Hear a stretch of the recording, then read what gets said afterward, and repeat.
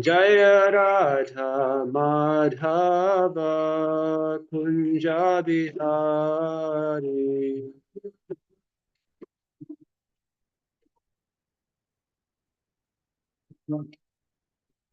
Jaya Gopi Jana Vallabha Girivardhari.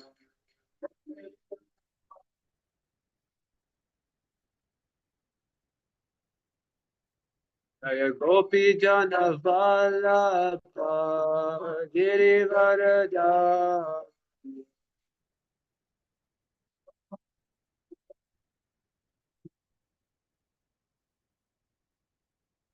Yashodanandana Vraja Janarandana.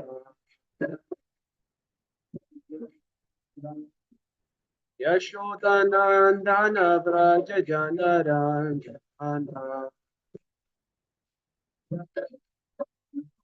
Natira Vanachari. Yamunatira Vanachari.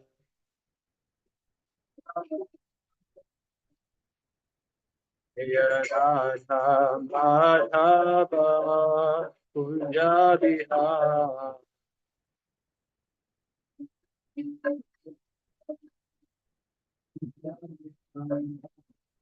Jaya Radha Madhava Kunja Bihari.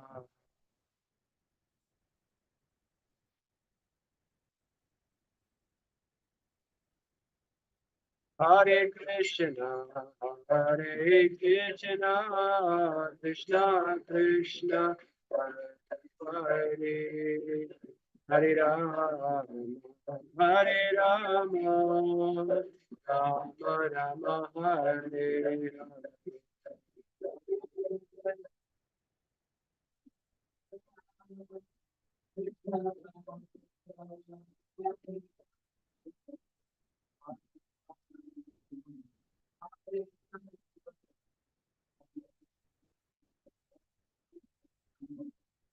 Hare Krishna, Hare Krishna, Krishna Krishna, Hare Hare, Hare Rama, Hare Rama, Rama Rama, Hare Hare.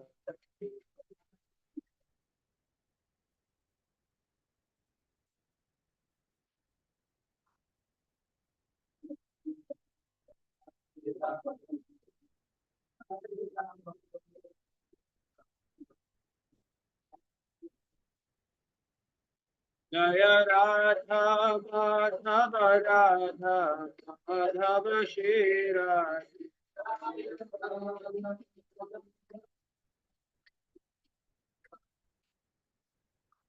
Jaya Radha Giridhari Radha Giridhari Shira.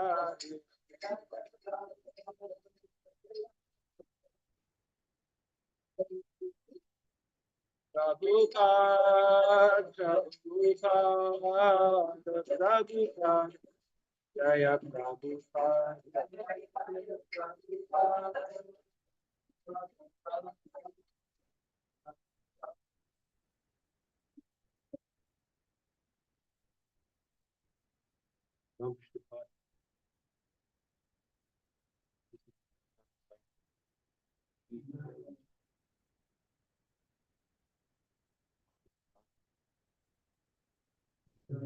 Rantanashim Bhagavatam ki.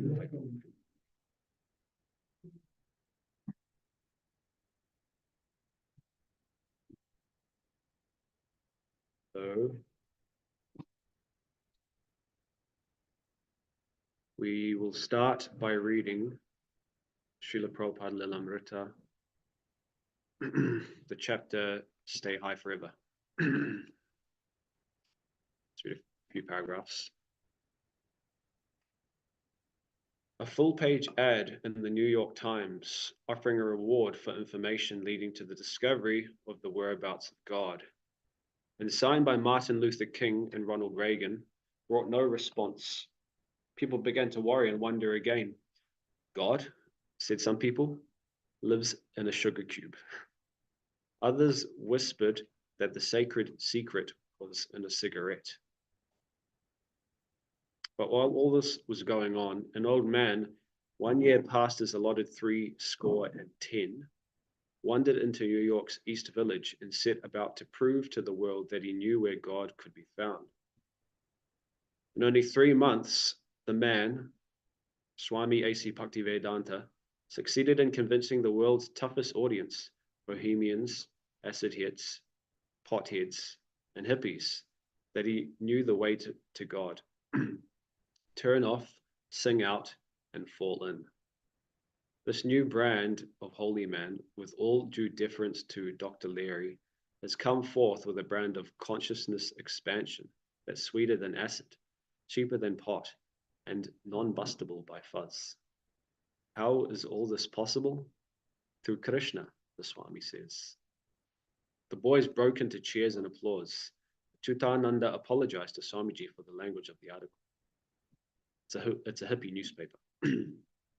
That's all right, said Prabhupada. He has written it in his own way, but he has said that we are giving God. They are saying that God is dead, but it is false. We are directly presenting here is God. Who can deny it? So many theologians and people may say there is no God, but the Vaishnava hands God over to you freely as a commodity. Here is God. So he has marked this. It is very good. Save this paper. It is very important. Finish there. Om Namo Bhagavate Vasudevaya. Om Namo Bhagavate Vasudevaya. Om Namo Bhagavate Vasudevaya. Today we are reading from the Srimad Bhagavatam, 28th chapter of the 4th canto, entitled Puranjana becomes a woman in the next life. Text 5. I'll just read the Sanskrit. Tasyang prapidyamanayam abhimani puranjanaha avaporu vidang stapan kutumbhi mamatalukulaha. Tasyang prapidyamanayam abhimani puranjanaha vaporu vihang stapan kutumbi mamata kulaha. Tasyang prapidyamanayam abhimani puranjanaha avaporu vidhang stapan kutumbi mamata kulaha. And synonyms: tasyam, when the city, prapidyamanayam, was put into different difficulties. Abhimani, too much absorbed. Puranjana, King Puranjana. Avapa, achieved. Uru, many. Vidan, varieties. Tapan, pains. Kutumbi, family man. Mamata akula, too much affected by attachment to family. Translation and purport by His Divine Grace A.C. Bhaktivedanta Swami Maharaj Srila Prabhupada Ki Jai. Translation: when the city was thus endangered by the soldiers and Kalakanya, King Puranjana, being overly absorbed in affection for his family, was placed in difficulty by the attack of Yavanaraja and Kalakanya. Purport: when we refer to the body, we include the external gross body with its various limbs, as well as the mind, intelligence, and ego. In old age, these all become weak when they are attacked by different diseases. Proprietor of the body, the living soul becomes very sad at not being able to use the field of activities properly. In Bhagavad Gita, it is clearly explained that the living entity is the proprietor of this body, Kshetragya, and that the body is the field of activities, Kshetra. When a field is overgrown with thorns and weeds, it becomes very difficult for the owner to work it. That is the position of the spirit soul when the body itself becomes a burden due to disease. Extra burdens are placed on the body in the form of anxiety and general deterioration of bodily functions. Ong Gyanitamurandasya Gyananjana Shalakaya Chakshurmilitam Yena Tasmai Shuguruve Namaha Jaya Shri Krishna Chaitanya Prabhu Nityananda Shri Advaita Gadadhara Shiva Sadi Gaura Bhakta Vrinda Hare Krishna Krishna Krishna Hare Hare Hare Rama Rama Rama Hare Hare. Translation again. When the city was thus endangered by the soldiers in Kalakanya, King Puranjana, being overly absorbed in affection for his family, was placed in difficulty by the attack of Yavanaraja and Kalakanya.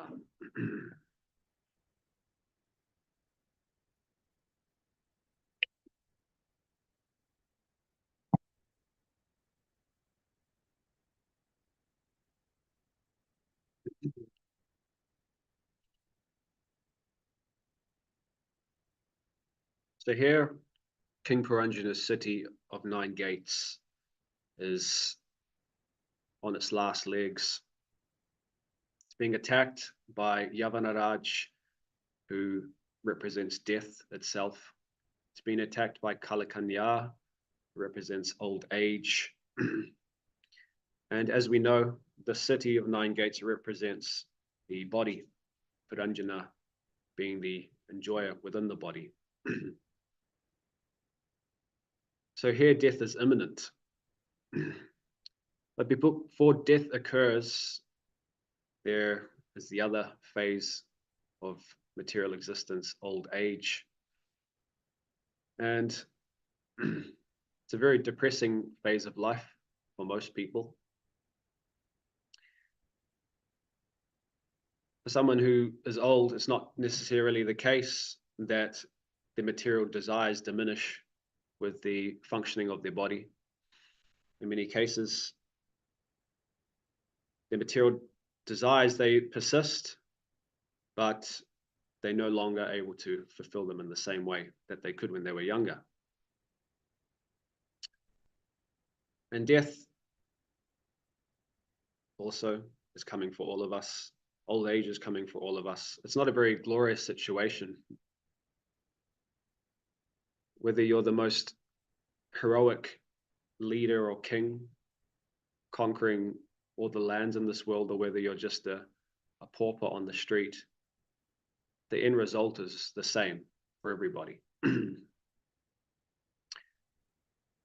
It's said, therefore, that old age is a sign that a person should stop all their business and focus on self-realization. Therefore, in Vedic culture, at the age of 50, it was said that one should retire from their household affairs. Doesn't matter what they're doing, doesn't matter what obligations they have at hand, they should just stop and leave straight away. As we will see with King Prachinabarhishat at the end of this whole pastime. He makes excuses to Narada Muni, like, look, at least wait until my sons, the Prachetas, come back so I can instruct them how to run the city before I leave. But Narada Muni, he further instructs him in the story of the deer, by which King Prachinabarhishat gets the point and just leaves straight away. He makes some arrangements so that the Prachetas can take over, but shortly after he leaves. Therefore, it's said, also, Panchas Shodbang Vanang Rajait, while you still have some energy in your body, you still have some vitality, you should focus on self-realization, because naturally old age makes it difficult and death is imminent. As we hear, old age is like the red light. I've heard it said recently that your 40s also can be considered the youth of old age. When you hit your 40s, you can feel, as far as I've heard, the energy starts to dwindle. Some aches and pains which you didn't have before start to appear. This is the onset of old age.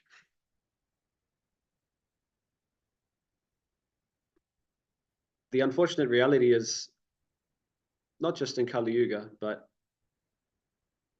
in previous yugas as well.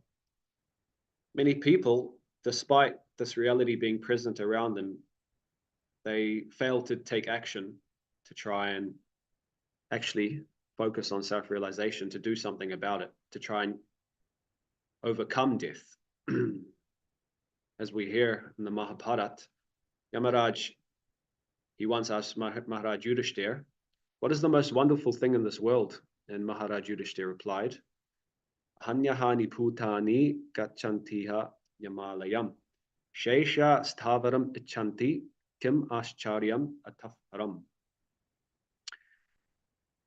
Hundreds and thousands of living entities meet death at every moment, but foolish living beings nonetheless think themselves deathless and do not prepare for it. This is the most wonderful thing in this world. So we hear here that even in Maharaj Yudhishthira's time, Dwapara Yuga, the same phenomenon occurred.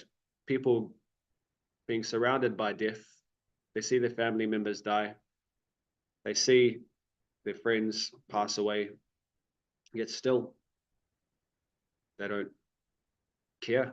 They don't think that it's going to happen to them, and therefore they don't prepare for it.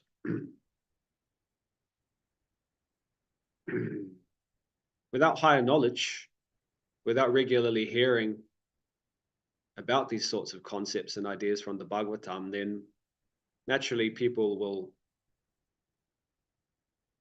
just avoid the reality, or due to ignorance, they'll be oblivious to the fact that death is going to happen to them. When you're young, you generally don't think about death because your body's so full of energy, your sensual capacity is very strong, there's lots of opportunities for sense gratification.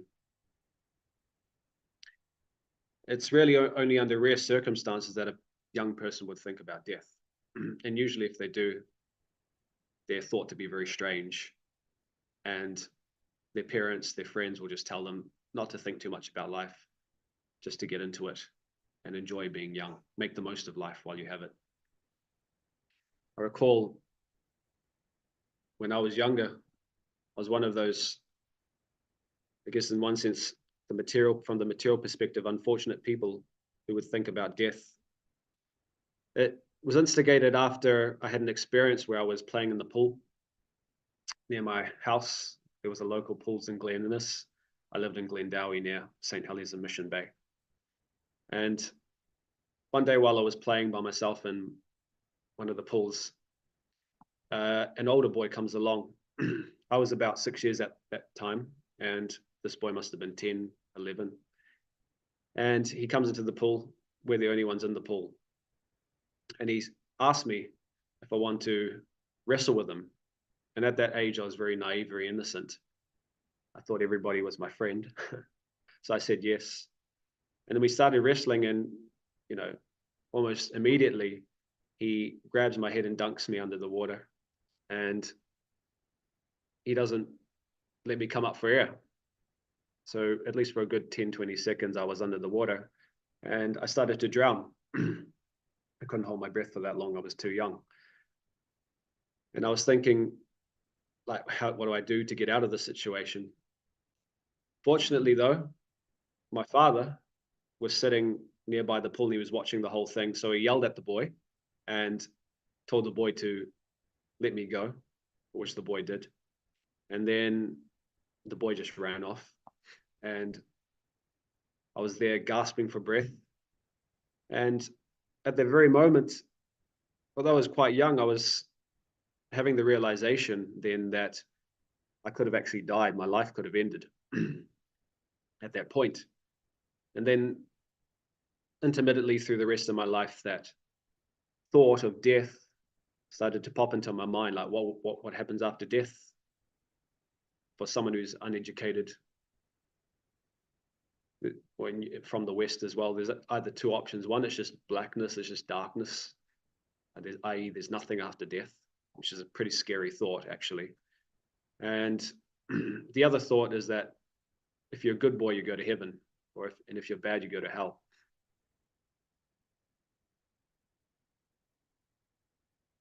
So if at all people are faced with thoughts of death, generally most people, as they grow up, they try to ignore it out of fear of the unknown. They try to distract themselves in some way or another. And it's very easy when you're young as well. They try to avoid being alone, because when you're alone, that's when these thoughts may pop up.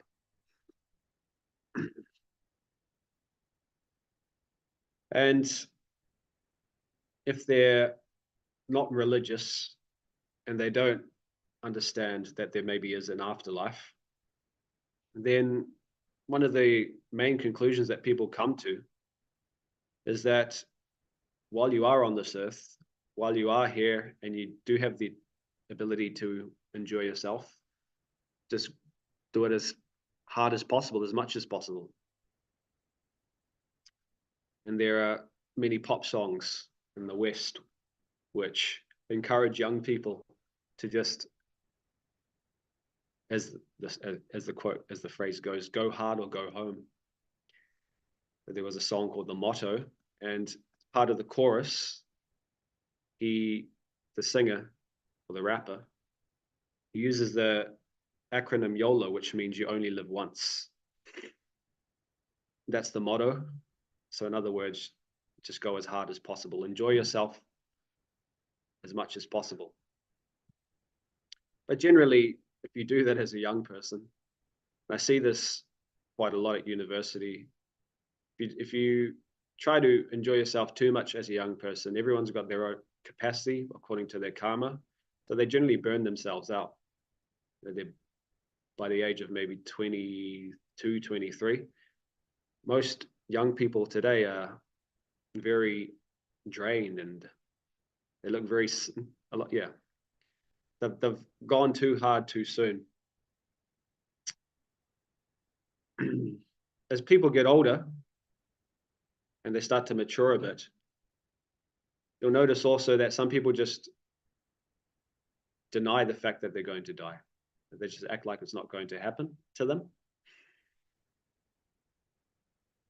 I recall hearing how Prabhupada once, when he was in a car with one of his disciples, they passed through an area where there was a golf course. And as he was looking out the window, watching the people play golf, which he had never seen before in India, it is a pretty stupid sport to play, actually. So, yeah. But in any case, he saw these people playing golf, hitting a stick with a ball, or hitting a ball with a stick, sorry. And yeah, he asked his disciple what was happening there, like what's going on, what are these people doing? And the disciple said, "Oh, this is a sport called golf." And yeah, what does it involve? It involves hitting a ball with a stick. So at that point, Prabhupada, it was said, he started crying, and it was obviously that out of compassion, he could see that these people were wasting their lives at their old age, ripe old age, 60s, 70s. They were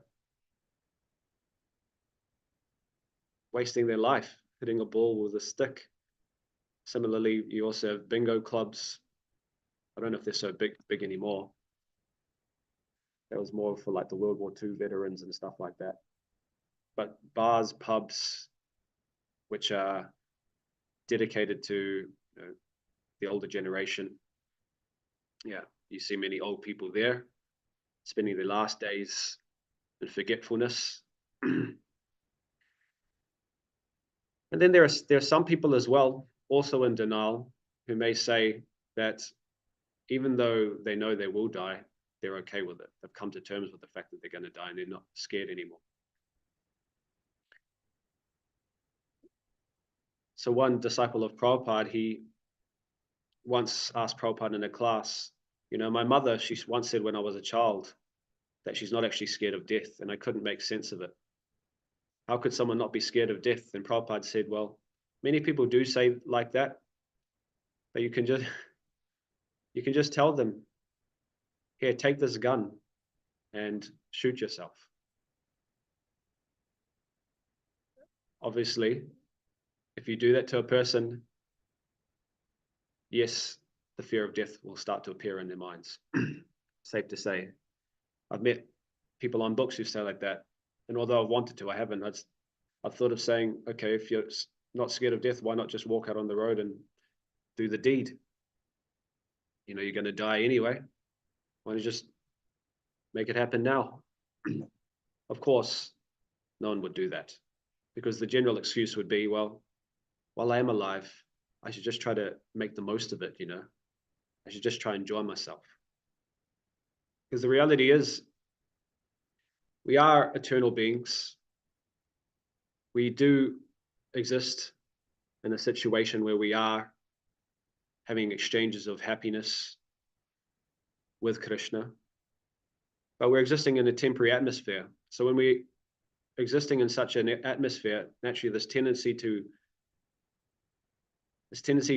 search for happiness, it becomes perverted. You know, it becomes filtered through the body and the mind. We try to enjoy happiness eternally in a place where happiness is only temporary. And the spirit of enjoyment is very strong as well. Even despite suffering so much over and over, our hopes for enjoyment in the material world are constantly getting revived. It's said that this material existence is an atmosphere of forgetfulness.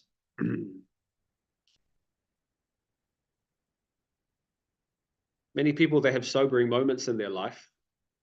They go through some hardship, they go through some challenge, they lose a loved one, and they start to think a bit more seriously about life and where they're going, what they're doing. But let's say if you're a man, and then a good-looking person of the fair agenda comes along, immediately all of that will go out the window, and all you will see in the forefront of your consciousness is the desire to enjoy. In general, even as devotees, or we're constantly trying to fix our mind on Krishna, Maya presents so many allurements, which makes the mind flip out, makes us think maybe, oh, maybe there is some hope out there to enjoy. Maybe I can make it in the material world. Maya is very powerful, and we can't underestimate that. As it said in the Bhagavad Gita, Davi Heshu Gunamai Mama Maya Duratya. Actually, the material energy is impossible to overcome. But mam eviye prapadyante, mayam etam tarantite. By taking shelter of Krishna, then material existence, the illusory energy, it starts to slowly subside. It becomes less prominent in our lives.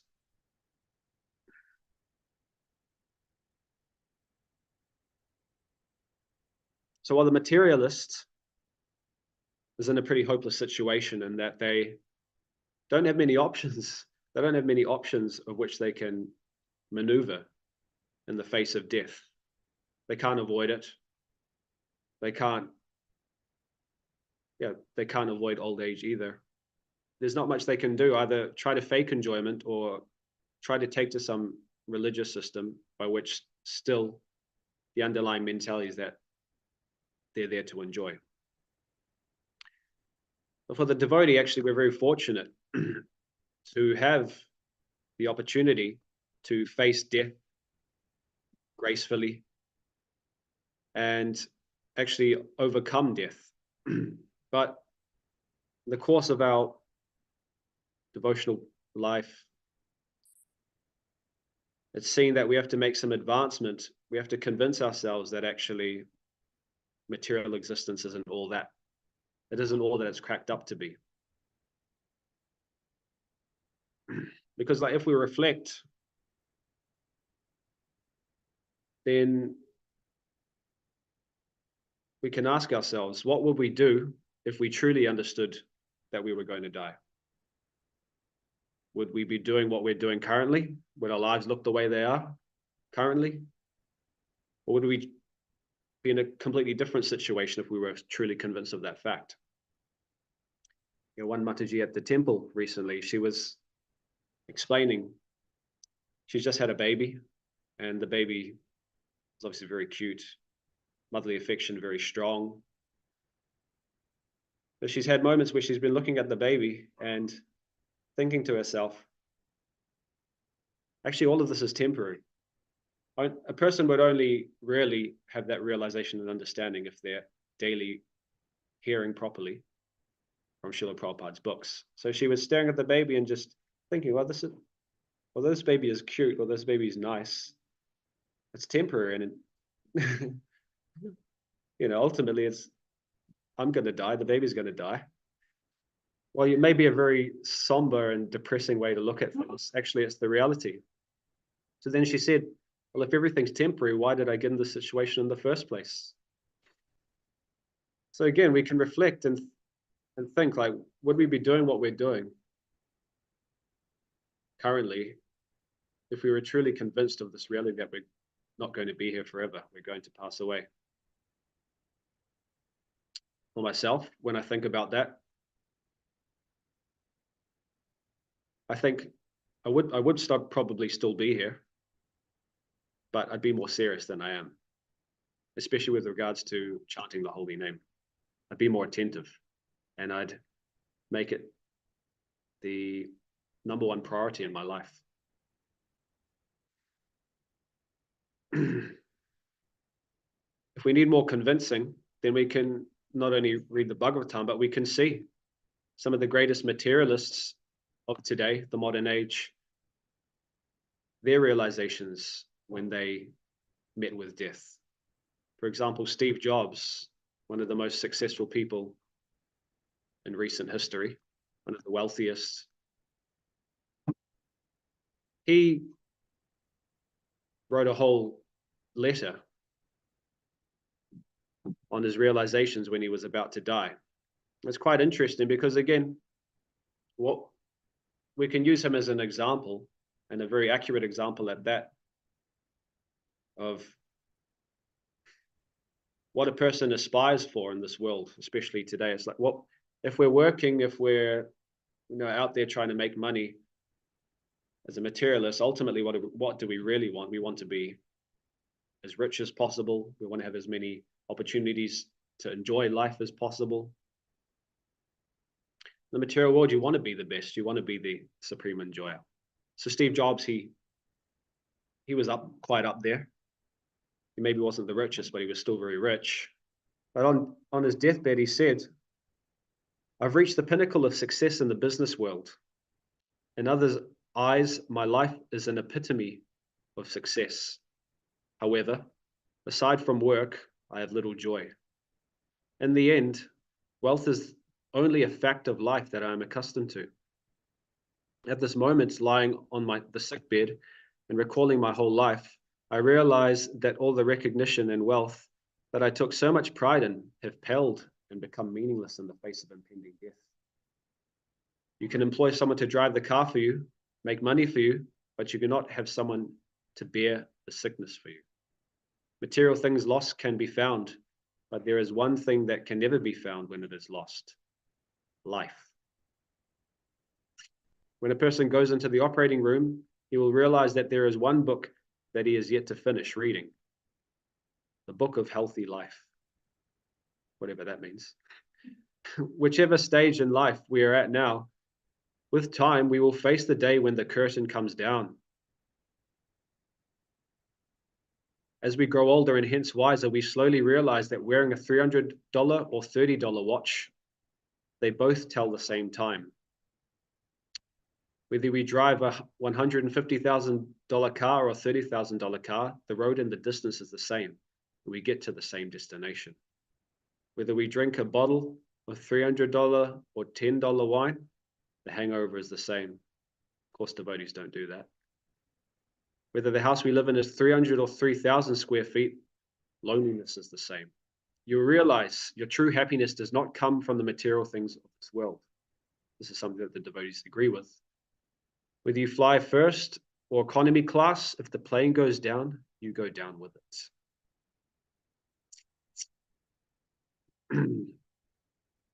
So hearing a realization from a materialist like him, if we are pursuing such things in our own life, it should shake away the cobweb, so to speak. It should make us see things for what they really are. And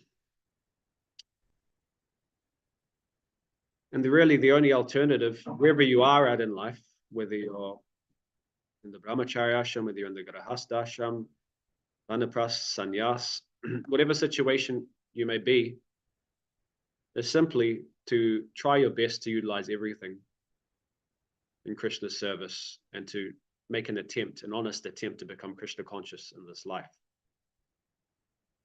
Steve Jobs was also said to have said, remembering that I'll be dead soon, and this is before he actually did die, remembering that I'll be dead soon is the most important tool I've ever encountered to help me make the big choices in life.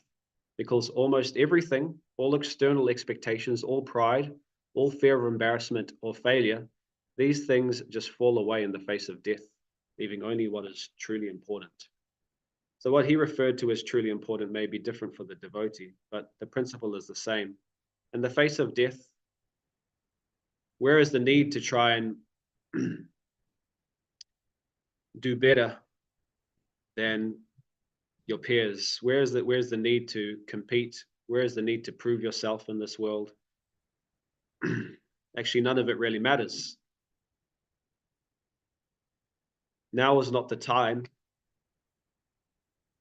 to get rich or die trying. Now is the time to inquire about the absolute truth, the Tato Brahma Jigyasa.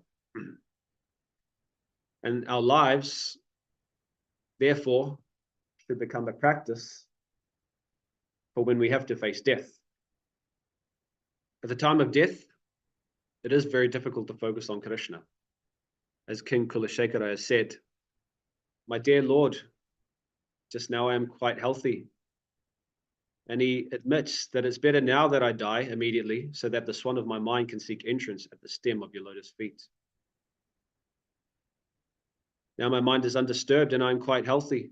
If I die immediately thinking of your lotus feet, then I'm sure that my performance of your devotional service will become perfect. But if I have to wait for my natural death, then I do not know what will happen, because at the time, the bodily functions will be disrupted. My throat will be choked up, and I do not know whether I shall be able to chant your name. Better let me die immediately. So it's admitted by King Kulashekara that old age and death, the time of death, it's very hard to focus on Krishna. It's said that for the devotee, though, who commits their life, dedicates their life to Krishna consciousness and his service, Krishna is very merciful. And even if the devotee cannot focus on Krishna, even if the devotee cannot find it within to chant properly, then Krishna will force himself into the devotee's mind. But in any case, to prepare ourselves, we try to chant in all circumstances, whether going through hardships or whether going through good times as well.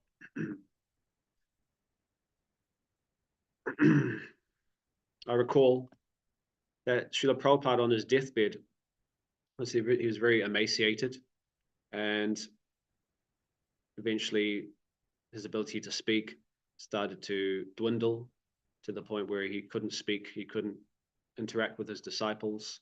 Although he was alive, although he was conscious, it wasn't so obvious. And it was very close to the time of his death where one of his disciples, who was in a room full of disciples and his godbrothers, he became fearful. He said, what's going on, Prabhupada? He's not chanting.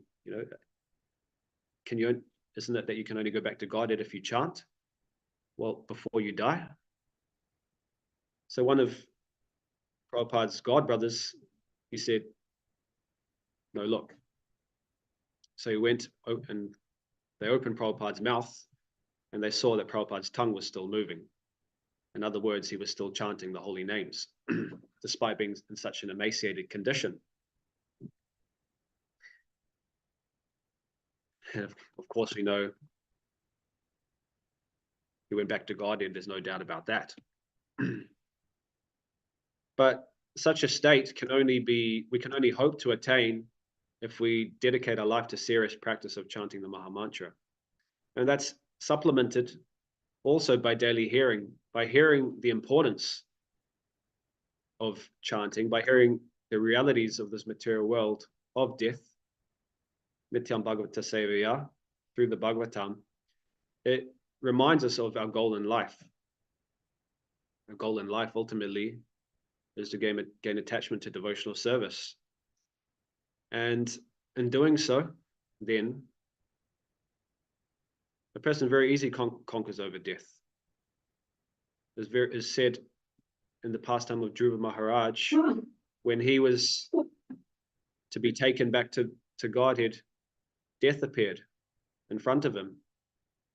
And to overcome death for him was very simple. He just stepped on death's head and onto the carrier, which then took him to Vaikuntha. So similar case for the devotee. So death can be used as some motivation.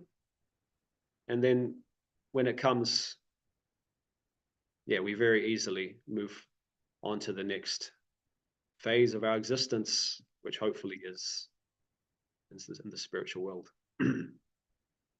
So I'll finish there. Does anyone have any comments or questions? Hare Krishna Prabhu, Dandavat Pranam. Dandavat Pranams. Very nice class on this text 5.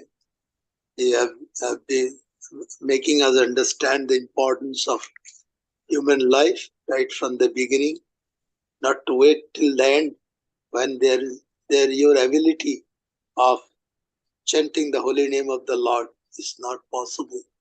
So make your life more effortful so that you can utilize your life in the right direction of the of the life, so that prepare ourselves right from the beginning, not at the end. So to begin with, we have given the examples of Steve Jobs, how he realized at the fag end of his life, and Kulashekar. So he actually showing us whatever he did throughout his life. When he died of cancer, pancreatic cancer, which is so painful. What he did throughout the life, he gained nothing at his bedside. So he is writing with his example, whatever the income, money, fame, everything is gone at the bedside. Nobody is there to help him except himself. So he shows us, even being a very materialistic person, highly professional, still the sense of death is same. So best time to prepare ourselves right in the beginning of our life. As Prahlad Maharaj mentioned in his 7.7, that is the time, Kaumara, means at the early stage of life, you begin with the practice of understanding the purpose of life, how important the human life is, and how to begin the life right from the beginning at the early stage, and end with a pronounced way of life, so that you can reach to the Golodham. And Srila Prabhupada's tried his best to give us this opportunity to ISKCON, so that people can take advantage of this, not to be very much absorbed in the materialistic way, but to motivate his own life in the right direction for the purpose of humanity. So that is the lesson given on this text, and you so nicely explained to make it easy understanding of the goal of life. Thank you so much. Hare Krishna. Thank you very much, Prabhu. Hare Krishna.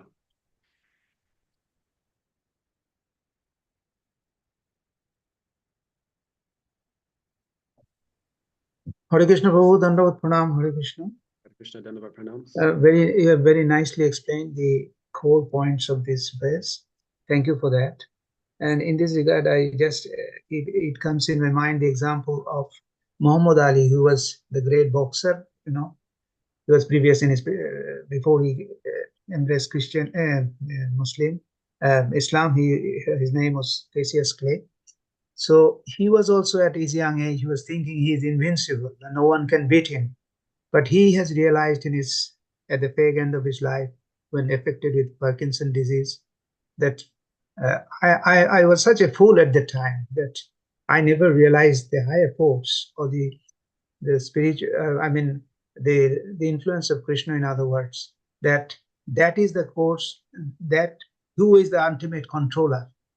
But as you have rightly pointed out, that in this material world, it is a perverted reflection of the spiritual world. People think that the influence of the forgetfulness of because of the forgetfulness of the Lord, one thinks in a different way, and it is always perverted unless it is guided by spiritual education. And in this example, particularly, the Narad Muni is trying to tell the same things, bring in same things, that we must be guided by spiritual knowledge. Otherwise, the life will be, the opportunity we have got as a human being, it will be lost. And this is a great opportunity. If we lose it, again, we go back to the cycle of birth and death. So it is a great opportunity. We should make use of it, and for which Prabhupada has created ISKCON. So if we remain in this organization and preach to others, not only our life will be successful, and we can make others also successful in this great journey which Prabhupada has initiated. Hare Krishna. Krishna, thank you, Prabhu. Hare Krishna, Manobiram, Hare Krishna. Thank you. A wonderful, powerful, very, very powerful class, I would say. And your realization from your personal life. And yeah, it's very inspiring. So I just thought came to mind, like even you are saying, when Steve Jobs Prabhu, his realization, it's not an ordinary realization, it's very, very powerful and very, very profound realization. Yes, he has earned it. He has earned the profound realization. And even when we look at the brahmacharis like you and others who have given their lives to serving Prabhupada and having these realizations that ultimately this material life is futile. So I was just thinking, it's is it something like it's earned, right? This is even renunciation is a right that is earned. You got to earn it. So at least I can speak for myself. Like when I'm not uh, uh, really when I'm not really done any service, so I can't. I'm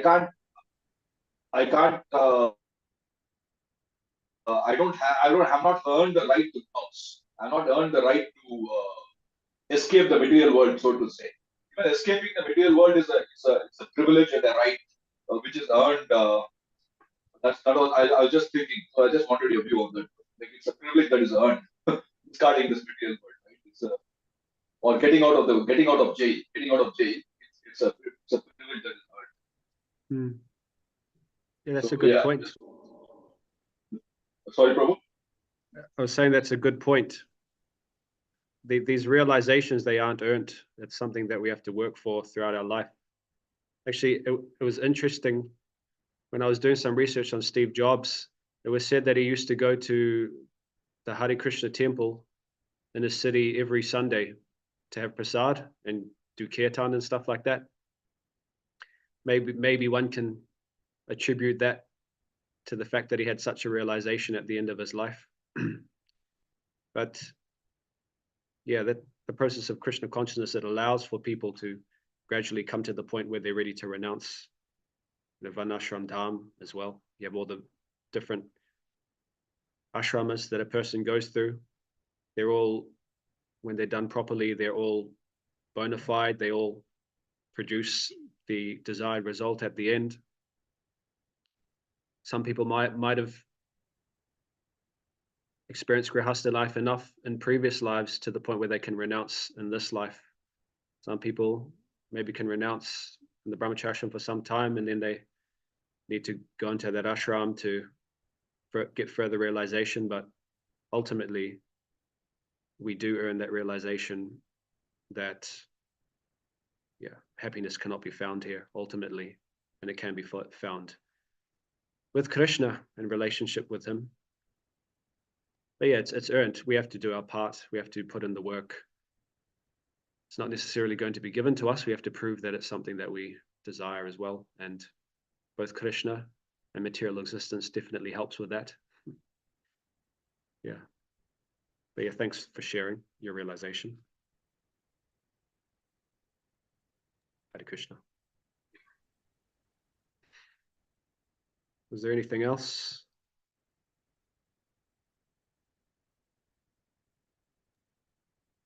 Hare Krishna Prabhuji, it appears there is no other person to make comments. So the class may be concluded. Thank you for that.